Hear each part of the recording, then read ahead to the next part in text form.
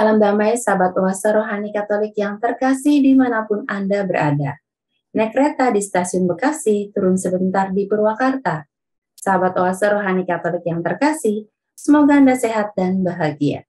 Saya Katerina Utami akan bersama Anda dalam oase rohani Katolik edisi hari ini, hari biasa Pekan Biasa ke-33. Bersama saya telah hadir narasumber ORK, Romo Bernardus Subroto Mardi Atmojo SC. Beliau akrab dikenal atau disapa dengan nama Romo Mardi. Mari kita bersama menyapa beliau.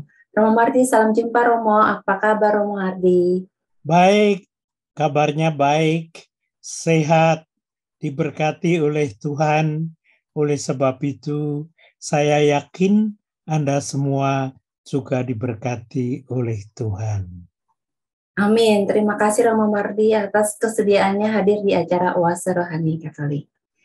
Sahabat Oase Rohani Katolik yang terkasih, mari kita awali acara hari ini dengan doa pembukaan. Silakan Romo Mardi.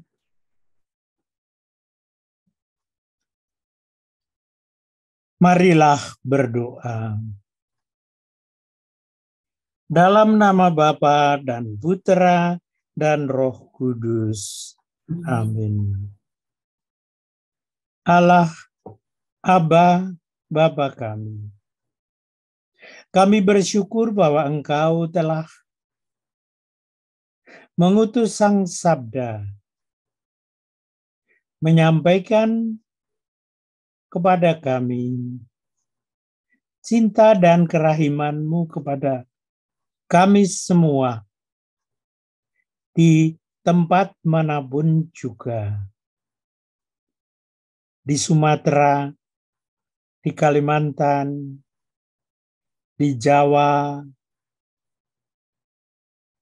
di Nusa Tenggara, Flores Timor, Sumba, di Maluku, di Papua, dan Sulawesi. Bahkan dimanapun juga ada Sang Sabda. Karena Ia telah hadir di antara kami seluruh umat manusia. Kami mempercayakan percakapan kami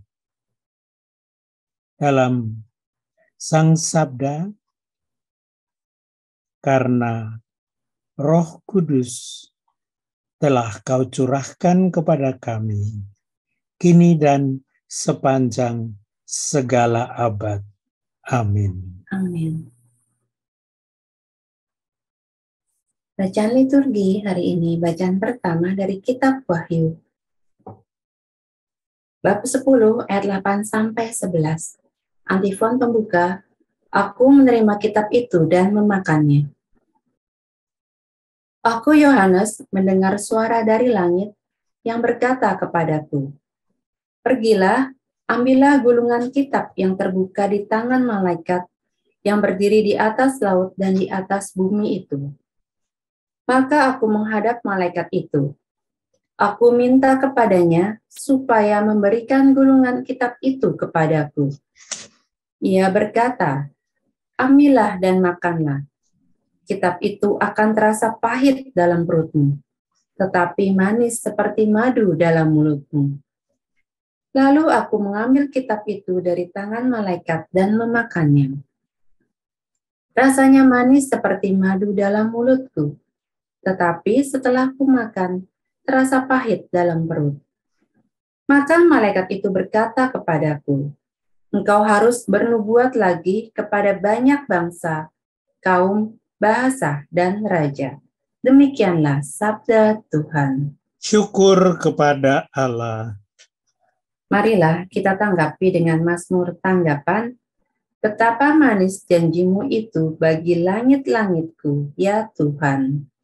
Betapa manis janjimu itu bagi langit-langitku, ya Tuhan. Aku bergembira atas peringatan-peringatanmu, melebihi segala harta.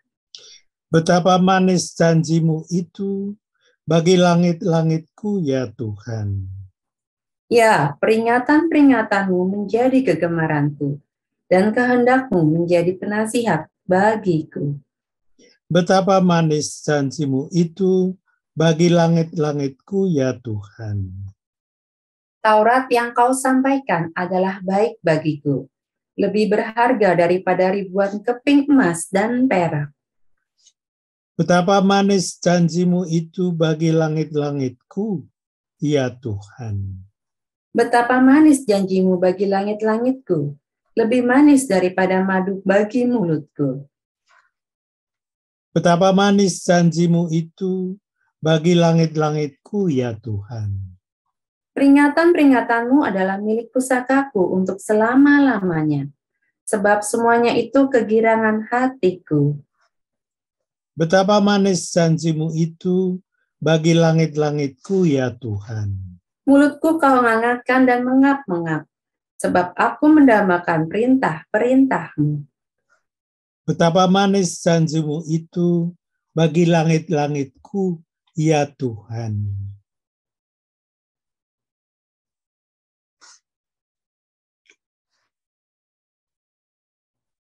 Haleluya. Haleluya.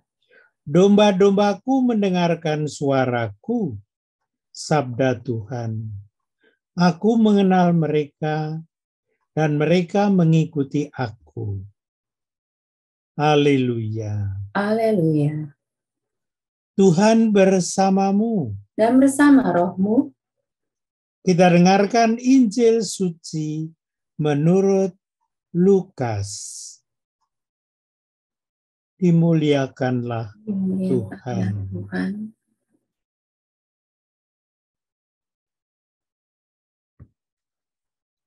Pada waktu itu, Yesus tiba di Yerusalem dan masuk ke bait Allah. Maka mulailah ia mengusir semua pedagang di situ. Ia berkata, ada tertulis, rumahku adalah rumah doa. Tetapi kalian telah menjadikannya sarang penyamun. Tiap-tiap hari Yesus mengajar di bait Allah.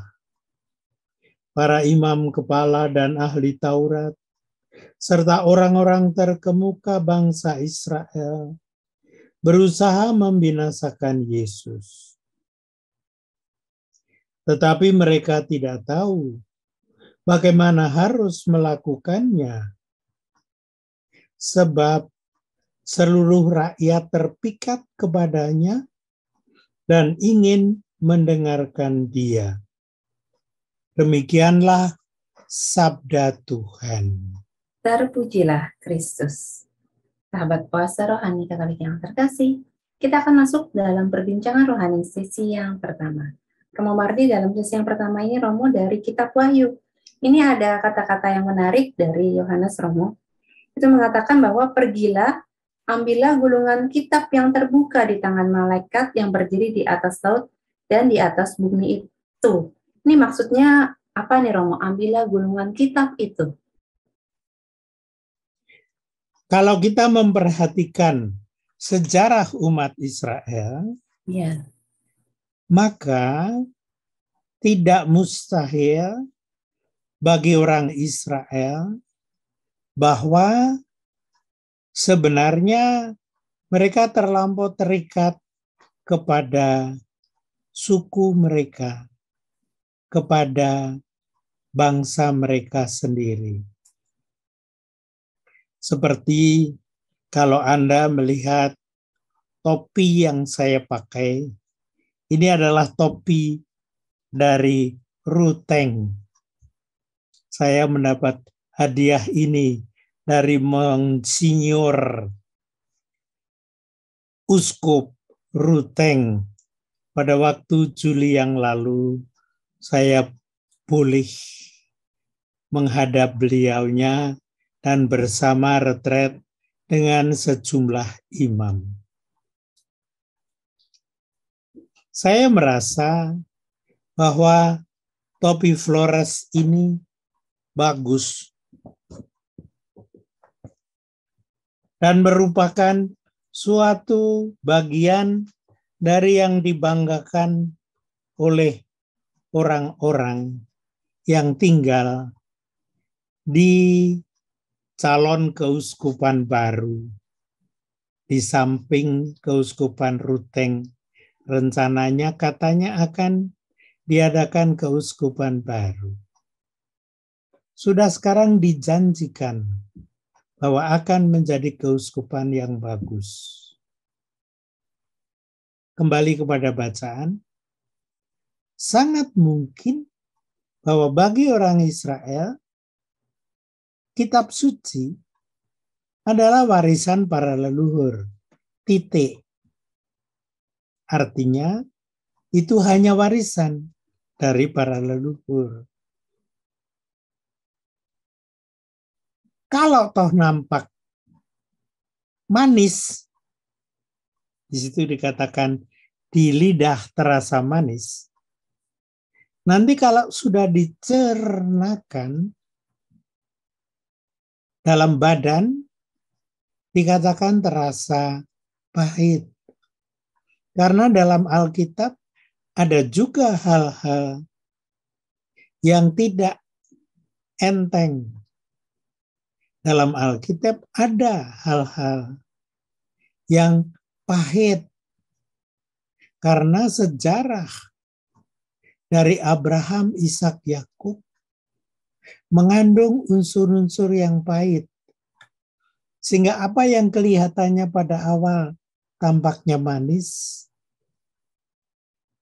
nanti kalau masuk perut, lalu terasa pahit. Mengapa demikian ya nih Romo? Kontradiksi sekali ya. Di mulut Betul. manis tapi di perut pahit, Romo. Karena pada waktu saya terima, pada waktu diterima orang Israel, itu dari Tuhan. Maka terasa manis.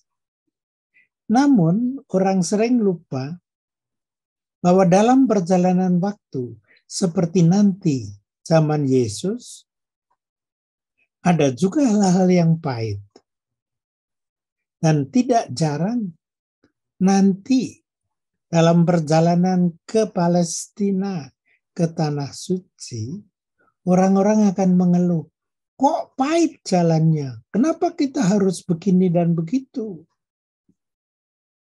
Tapi Tuhan memberi janji akan sampai ke tanah yang terjanji. Sehingga lalu nanti kamu akan menerima berkah apabila menyambut Alkitab sebagai bagian kehidupanmu. Kamu akan menerima yang manis seperti madu seterusnya. Bukan hanya yang pahit. Nah, hal seperti itu seringkali diperlukan apabila umat Allah menyambut Alkitab, apabila kita sekarang membaca Alkitab, ada sejumlah hal yang manis dan indah, mukjizat dan sebagainya.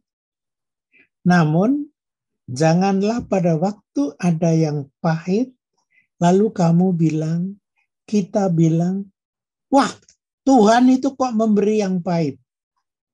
Seperti umat Israel pernah juga bilang, Musa, kenapa sih kami diajak ke tempat kayak gini? Boya kita tetap aja seperti dulu. Ikut sabda Tuhan.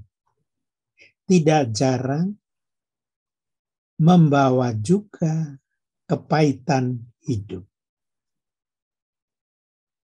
Apakah bagi Anda, Katarina, hal seperti itu dapat dirasakan dan difahami? Iya, Romo. Jadi kita sebagai umat pengikut Yesus, kita memahami Alkitab itu bukan hanya kita mau manisnya aja ya Romo, Tapi Betul. ketika itu ada datang sesuatu yang pahit, mungkin dalam kehidupan, dalam kehidupan sehari-hari kita merasakan ada yang pahit, kita itu juga harus menerimanya karena manis dan pahit itu adalah yang diberikan Allah gitu ya Romo. Benar. Nanti Tuhan Yesus akan bilang, kalau kamu mau ikut saya, beranilah memanggul salib. Itu dikatakan dalam perjanjian baru nanti. Tapi dalam perjanjian lama sudah nampak bagaimana perjalanan dari Israel ke Mesir dilewati dengan pertengkaran juga.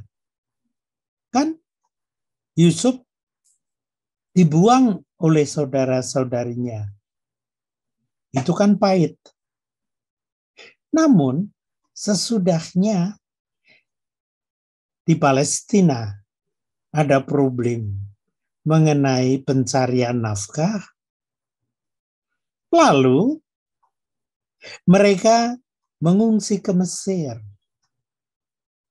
Dan pada waktu itu ada yang manis bukan main, yaitu Yusuf yang semulanya dibuang oleh saudara-saudarinya, menangis pada waktu melihat saudara-saudarinya dan meminta supaya mereka membawa bapaknya dan para saudari-saudara yang lain.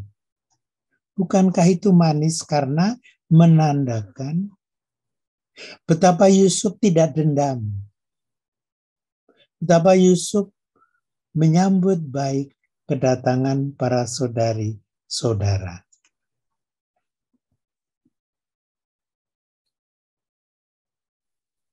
Karena barangkali akan terasa bahwa hidup kita sangat banyak dipenuhi oleh madu dari Tuhan.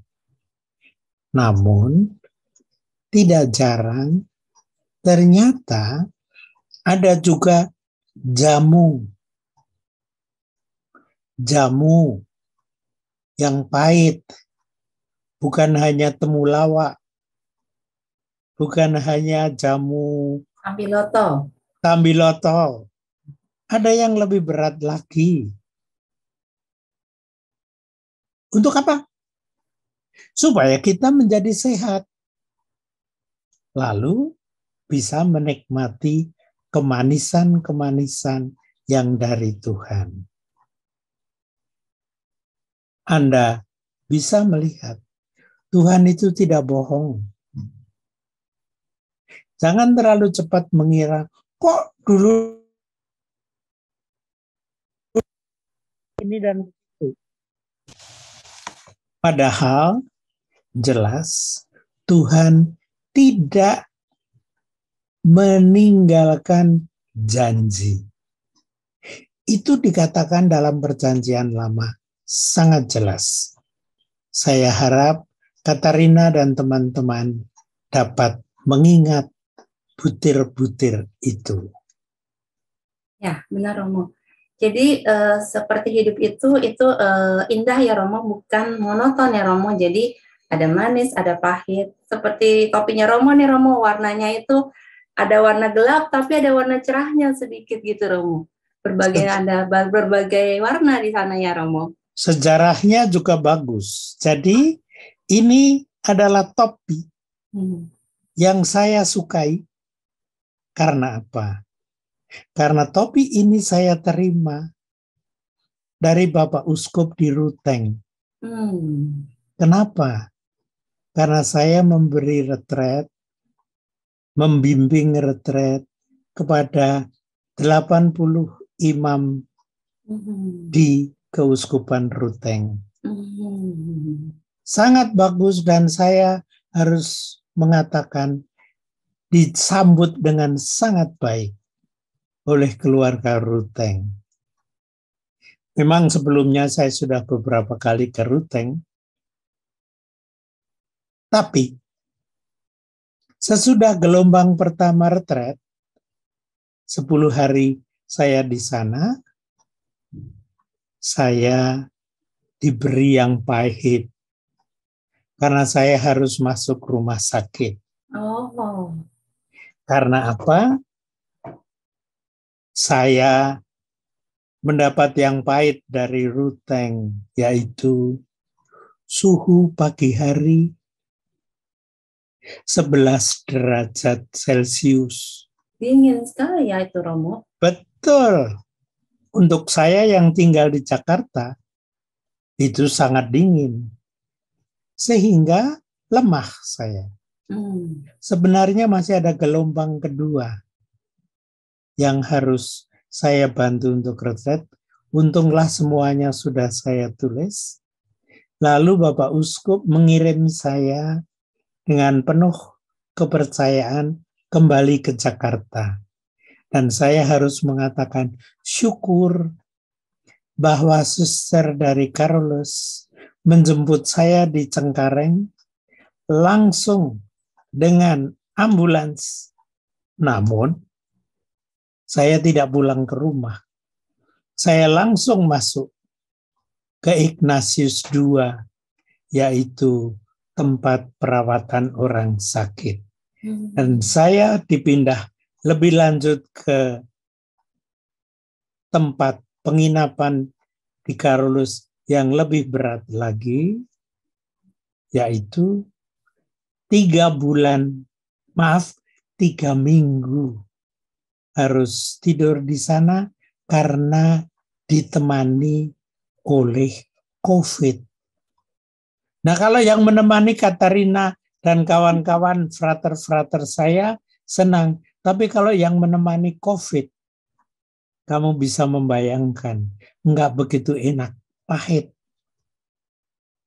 Namun, ini adalah COVID yang pertama yang kualami sesudah 3 kali dapat suntikan yang menolong saya. Dan lalu sesudah itu saya pulang di rumahku dan sampai sekarang sehat. Puji Tuhan. Manis, lalu pahit, lalu manis. Dan saya mohon selanjutnya tetap manis.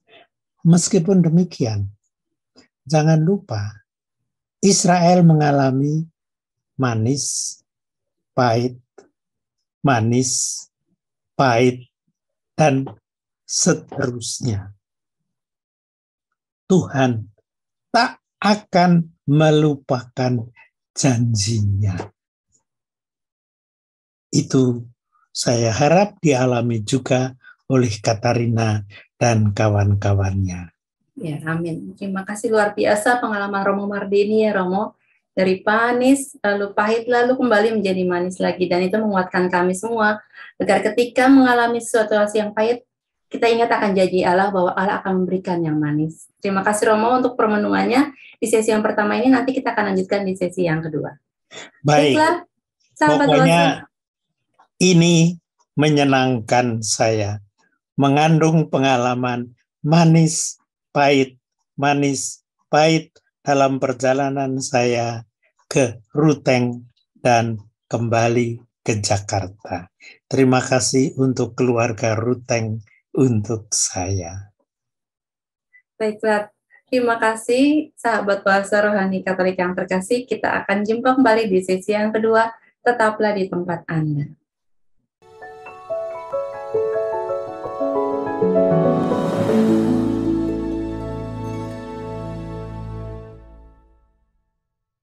Sahabat Oase Rohani Katolik yang terkasih, masih bersama kami di Oase Rohani Katolik sesi yang kedua. Masih bersama dengan Romo Bernardus Subroto, Mardi Atmojo SY, dan saya Katarina Utami. Bagi Anda yang ingin mengirimkan saran atau Anda ingin sharing iman, Anda dapat langsung menghubungi alamat email kami orkaj2021@gmail.com atau ke nomor telepon kami 0810-251-33438. Sekarang kita lanjutkan perbincangan rohani kita di sesi yang kedua ini. Romo Mardi, di sesi kedua ini kita dari Injil Lukas, Romo. Nah, ini ada sesuatu yang menarik yang dilakukan Yesus di Romo. Yesus tiba di Yerusalem dan masuk ke Bait Allah Maka mulailah ia mengusir semua pedagang di situ. Mengapa Yesus seperti ini ya Romo? Bukannya Yesus itu ke bait Allah untuk bertemu Bapaknya dan berbuat sesuatu yang baik, Romo? Saya kira Katarina benar. Dalam arti, kita masih ingat bahwa pada waktu Yesus umur 12 tahun, itu ditegur oleh bapak dan ibunya karena melarikan diri, tanda petik. Tidak ikut pulang, tapi malah masuk bait Allah. Lalu bercakap-cakap dengan para imam dan sebagainya. Senang waktu itu dia di sana. Lah kok sekarang Lukas menceritakan pada bab 19, kok Yesus galak benar? Saya kira di sana akan kelihatan bahwa Tuhan Yesus adalah utusan Bapaknya. Dan kalau melihat Filipi bab 2 ayat 1-11, kita diminta mempunyai hati seperti Yesus. Maka benar pertanyaan Katarina, lah kalau kita mau ngikuti Yesus, apakah kita juga harus galak-galak seperti itu? Ataukah bagaimana kita harus melihatnya?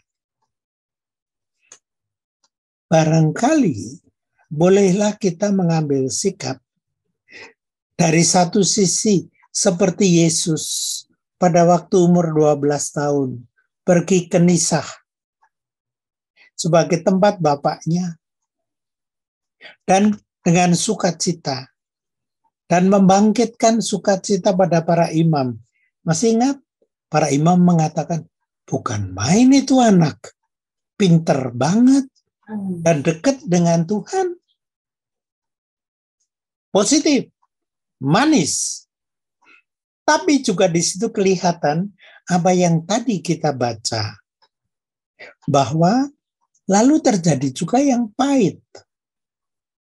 Karena pada titik-titik tertentu dalam pengutusan Yesus terjadi konflik antara Yesus dan para imam. Dengan kata lain, yang diceritakan pada awal bahwa mereka memuji Yesus, pada suatu titik menjadi mereka memaki-maki Yesus.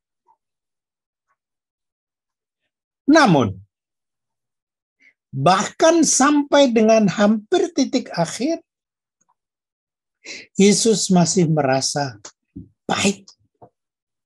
Anda masih ingat, Katarina, bahwa di Taman Zaitun, Yesus menangis. Para sahabat sekalian yang ikut dalam percakapan dan renungan ini, Yesus juga merasa pahit. Bahkan Anda tahu, keluar air mata. Sekarang saya tanya kepada para peserta dan pendengar, apakah pernah keringatmu keluar dalam bentuk tetesan-tetesan darah? Mungkin belum deh. Aku juga belum pernah ngalami itu. Tapi itu tanda bahwa sebenarnya bagi Yesus, pengalaman berkonflik dengan orang-orang Yahudi, para imam, ahli kitab, itu adalah pengalaman yang pahit banget. Saya tanya, apakah dengan demikian Bapa tidak mencintai Yesus? Masih tetap mencintai Yesus. Namun, sesuai dengan seluruh dinamika, maka kepahitan dan kemanisan rupa-rupanya hadir dalam relasi antara Sang Kristus, Sang Putra, dengan Bapa di surga. Kapan? seluruh pengutusan. Loh, kalau begitu bagaimana dengan kita? Kita juga diutus oleh Tuhan. Maka pengutusan kita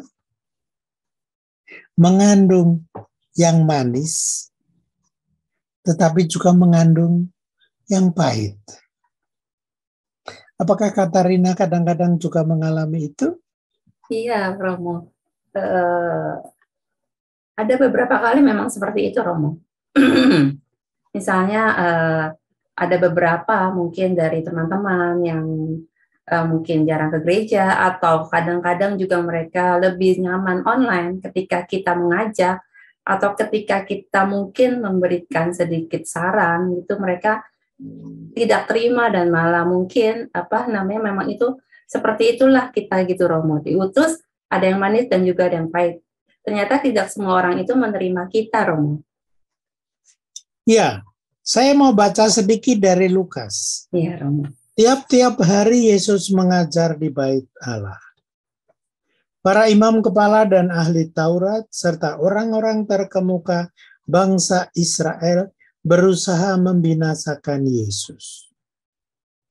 Tetapi mereka tidak tahu bagaimana harus melakukannya. Sebab seluruh rakyat terpikat kepadanya dan ingin mendengarkan dia. Katarina dan para sahabat sekalian, tidak mustahil.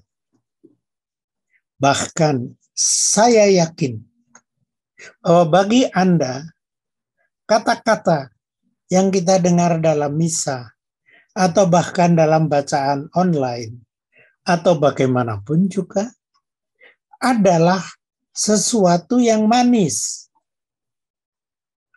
Begitu pulang,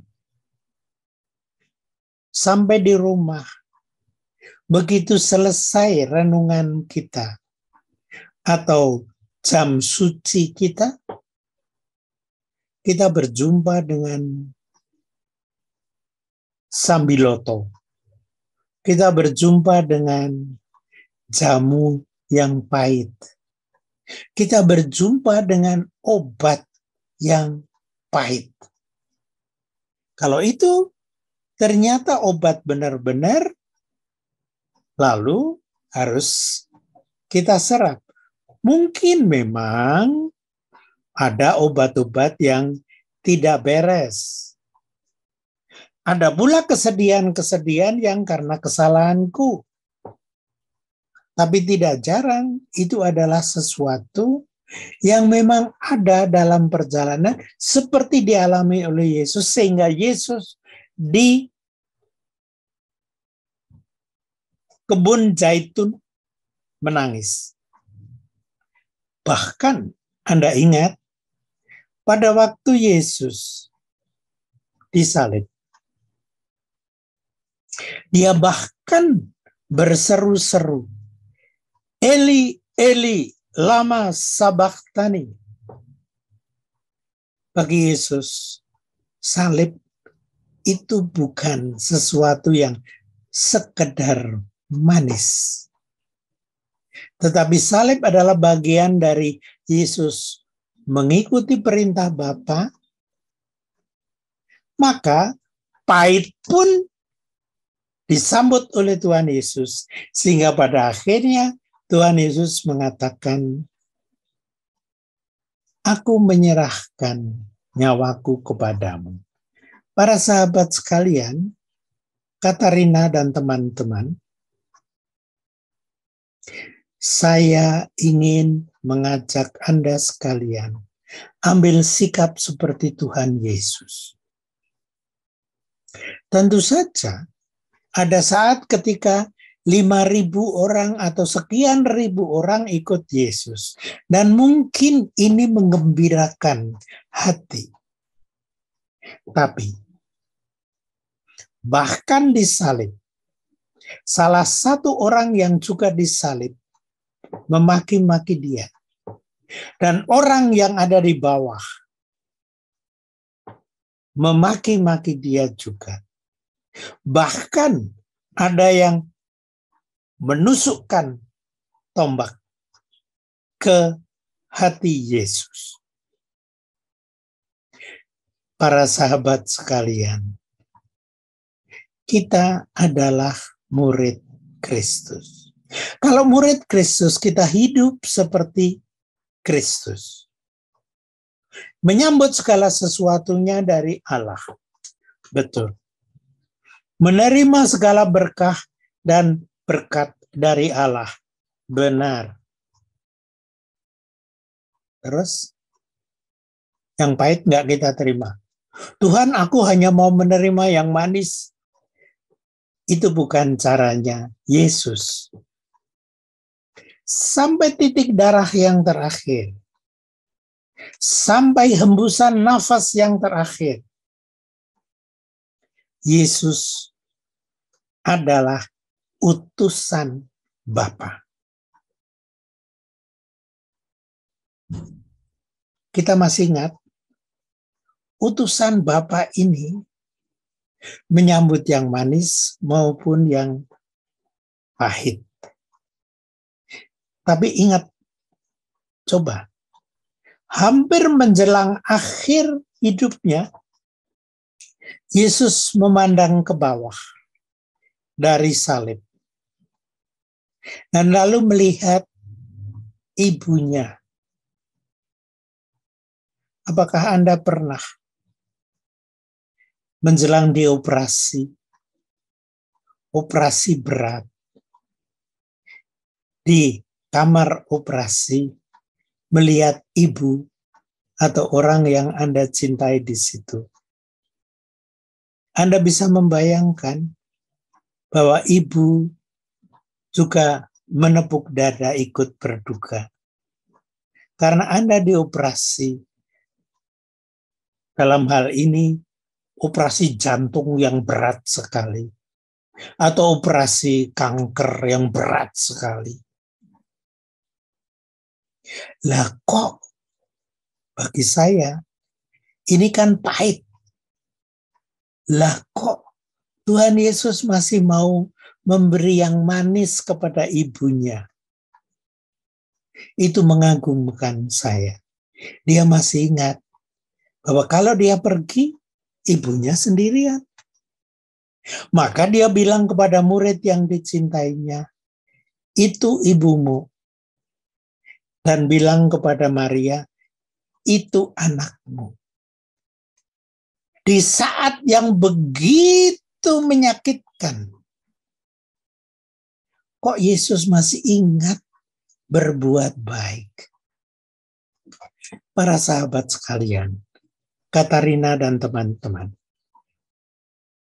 saya tidak tahu seberapa sering Anda mengalami duka cita. Entah pada menjelang hidup berakhir, entah zaman dalam perjalanan waktu. Belum lama ini, saya berjumpa dengan seorang teman yang sangat terkenal di Indonesia karena dia banyak membuat nyanyian dan video-video untuk umat. Waktu itu saya dipanggil sekitar jam 8 sampai ke rumah sakit mereka.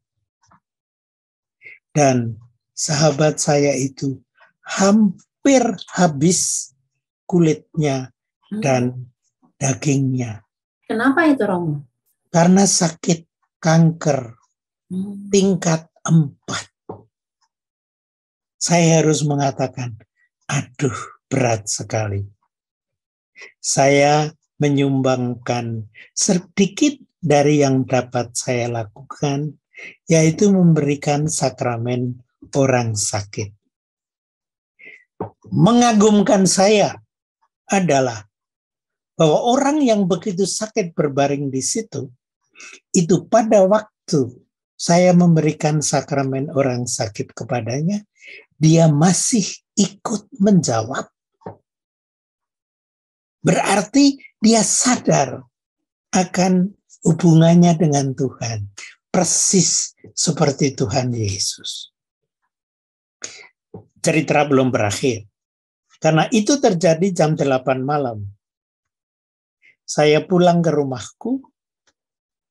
Pagi hari saya bangun. Selang 7-8 jam sesudah saya memberikan minyak suci, saya diberitahu kakaknya.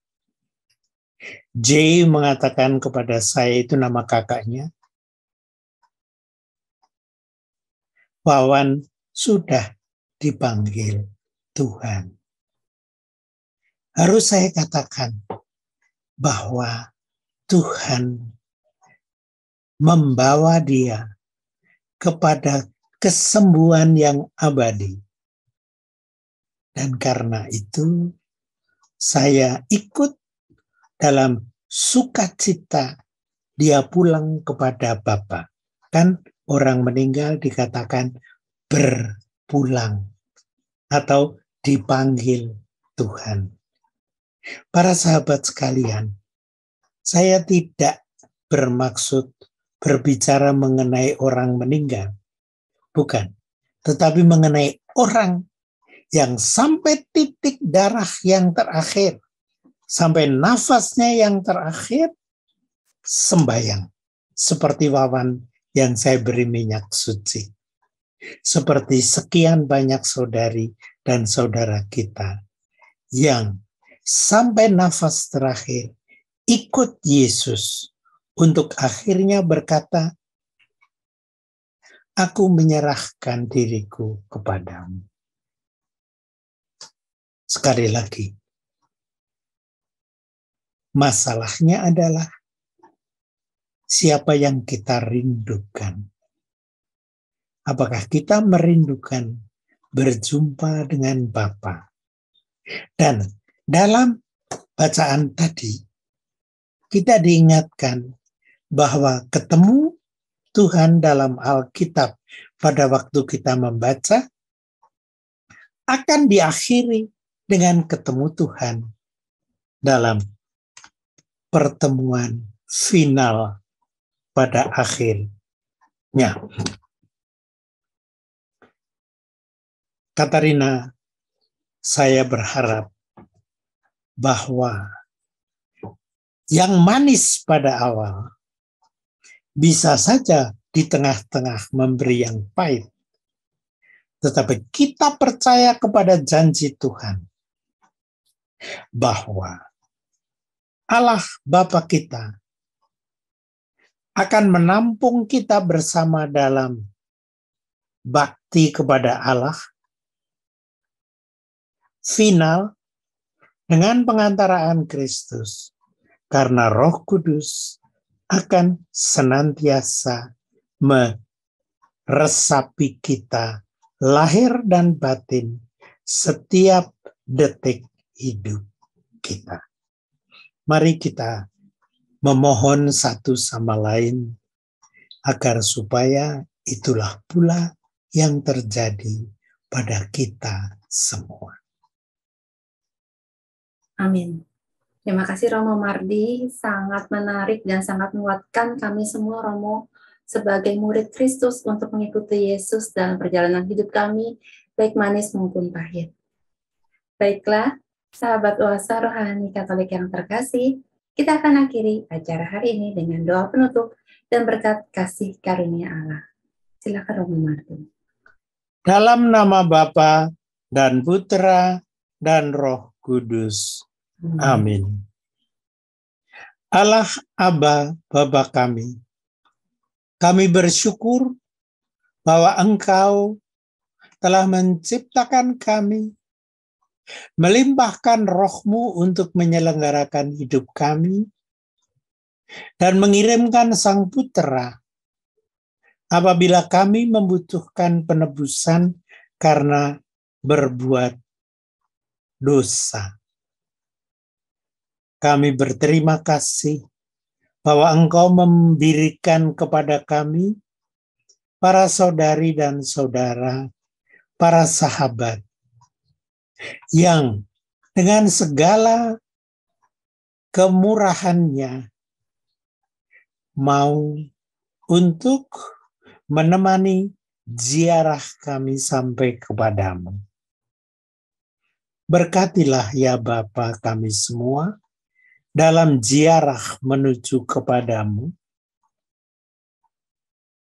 dengan pengantaran Sang Putra, karena diresapi oleh Roh Kudus, dalam nama Bapa dan Putra dan Roh Kudus. Amin. Amin.